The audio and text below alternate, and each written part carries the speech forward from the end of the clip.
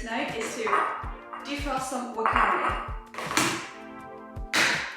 which I put in the freezer a few months ago.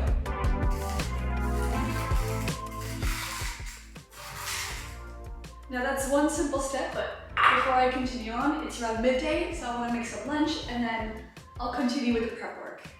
I have to go do a few other things, but I'm ready to start cooking this dinner again. Now, it should be relatively easy to make today since I already prepped a little bit for it the other day. So I have the chopped vegetables already.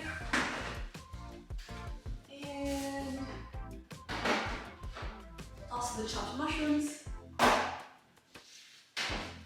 which I will fry up a bit later, but first I want to start making the sauce. And the first thing that I want to do for that is I just chopped some garlic and onions, and I want to fry this up for the sauce and then make the sauce. For that extra flavor, I'm going to fry it up with sesame oil this time.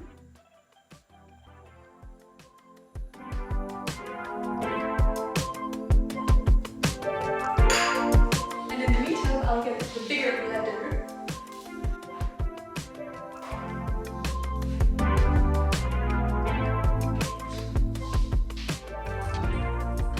And I'll grab some other things that I need for the sauce, like some miso paste.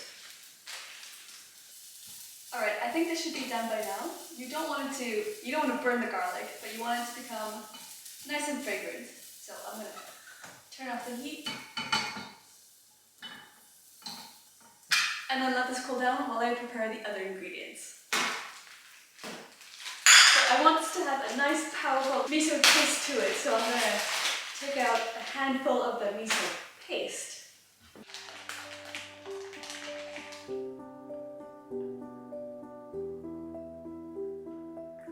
I'm going to make quite a big batch of the sauce. That's why I'm taking out a lot of miso paste. So this is around 2 tablespoons of miso paste, maybe 3. I want the some sweet chili sauce, soy sauce. Now I had some extra coconut milk that I froze into ice cubes in the ice cube tray. And I want to use some of these as well to give it a nice creamy texture to it as well.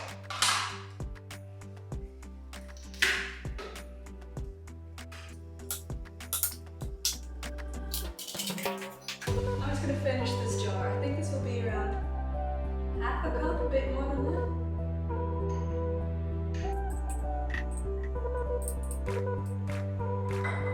And now for the other ingredients. Let's say half.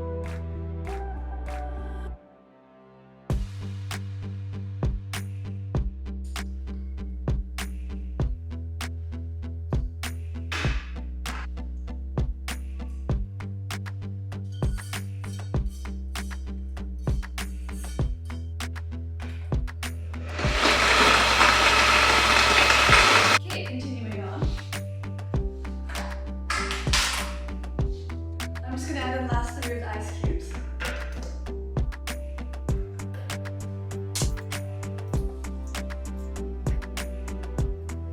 Adding in 2 teaspoons of brown sugar. And then a bit more of the oat milk.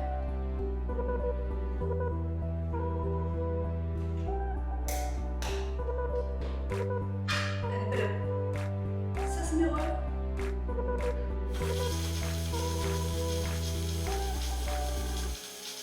And now, before I start cooking dinner, in order to prevent any bit more chaoticness in this,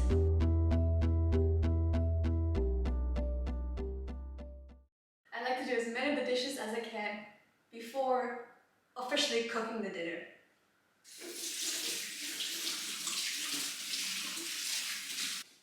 Alright, the dishes are finally done, so it's around 5:30, so I'm going to go for a walk and then I'll continue cooking the dinner afterwards. But it's nice that this is already done out of the way so that after dinner you want to relax and you don't want to think about, I have to go back to the kitchen to do all the dishes.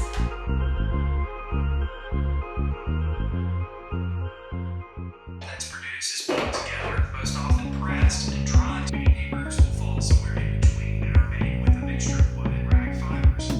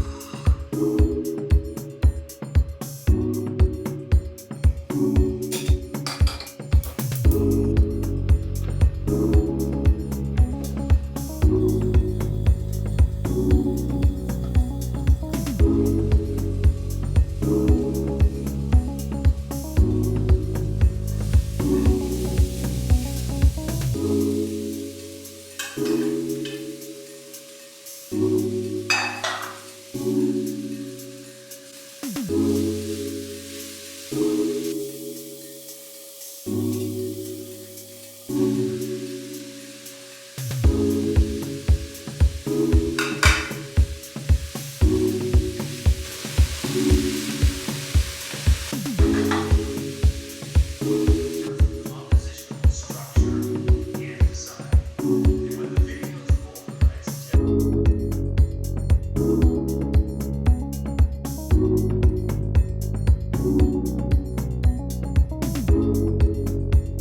so I went saw it and faced it, and I had to turn around and a little patch of light his way down the road and come back and park. It's also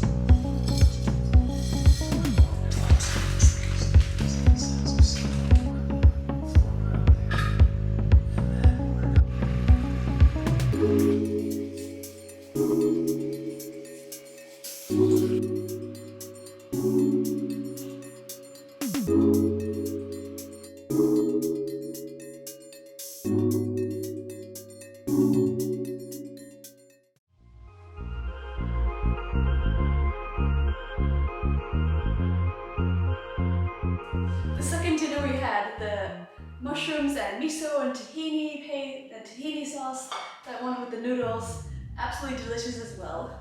But I don't want the rest to go to waste, so I want to freeze the rest as well. The way I want to do that is, now instead of freezing it exactly like this, I do want to portion it out into different portion sizes, because then it's easier to grab out however much you want. So for one person, 2 people, so the way I want to do that is, I have a bit of noodles left over. And then simply put, I just want to count how many spoonfuls would be enough for this one person portion size.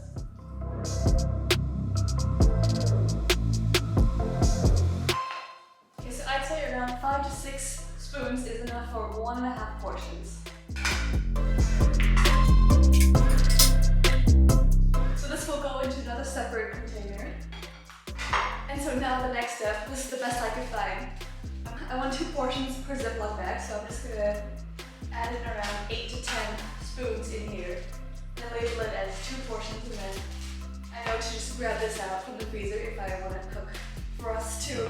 And then just cook some more noodles for the dish. I think I'll actually put the rest as one last portion, so this could be a 1 portion for lunch.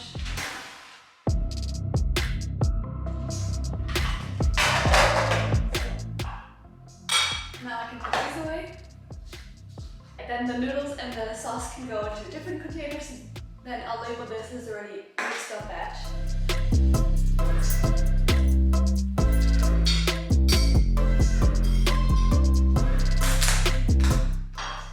And now the last thing to do is to create the labels for these, and then I can put them in the freezer. And then we have this as a dinner option for another bag.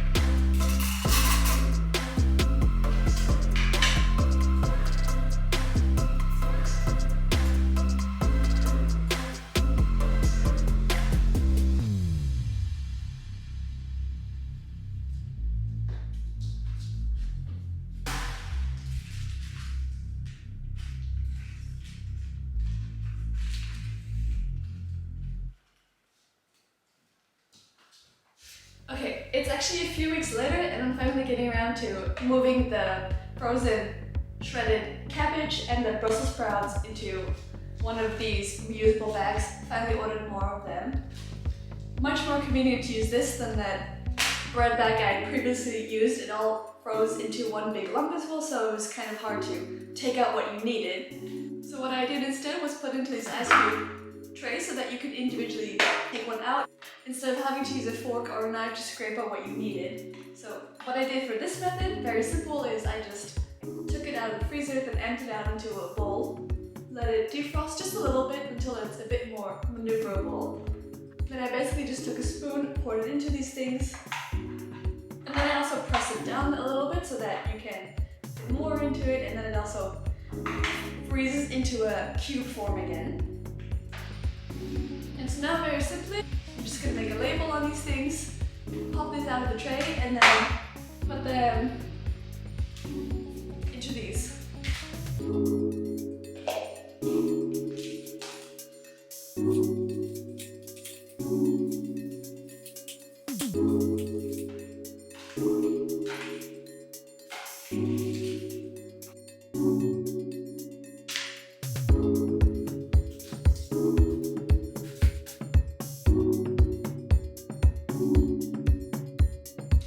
These two are done, ready to go in the freezer. And it'll be much easier to grab one or some of these than it was before with the big plastic bags, just kind of everything stuffed in there.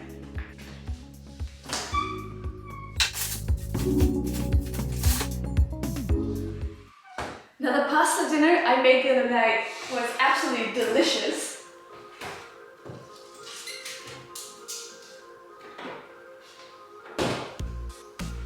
I don't want this to go to waste, so I just want to quickly put it into some Tupperwares, put them in the freezer, and then we can have these as dinners for some other night.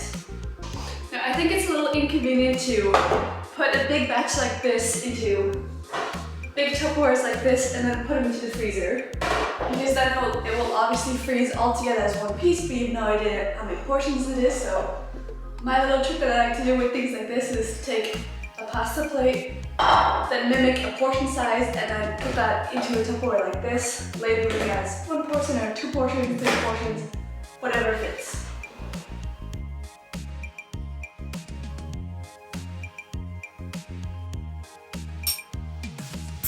So for example, I'm gonna guess this to be 1 portion.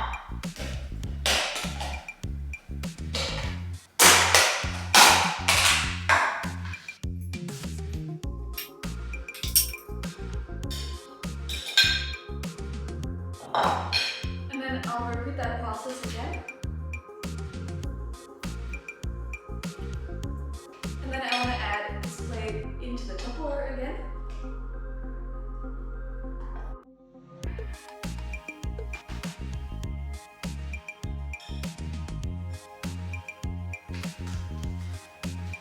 Okay, that's 1 container of 2 portions of this pasta.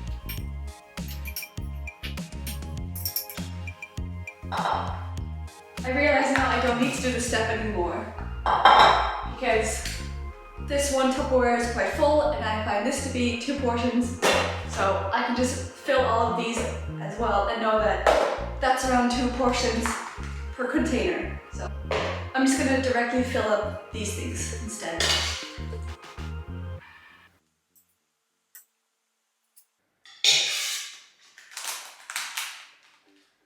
At the end, you might find that there's just a little bit left that you don't really, it's not enough for a portion, so you don't know what to do with it. So I basically just fill up all the containers with that little bit of extra left.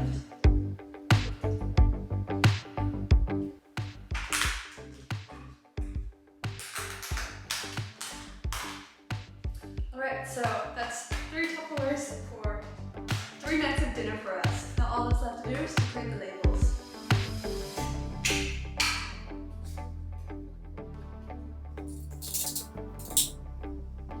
Now that's 1 thing done, I can put this away, clean up this area, and then move on to the next task,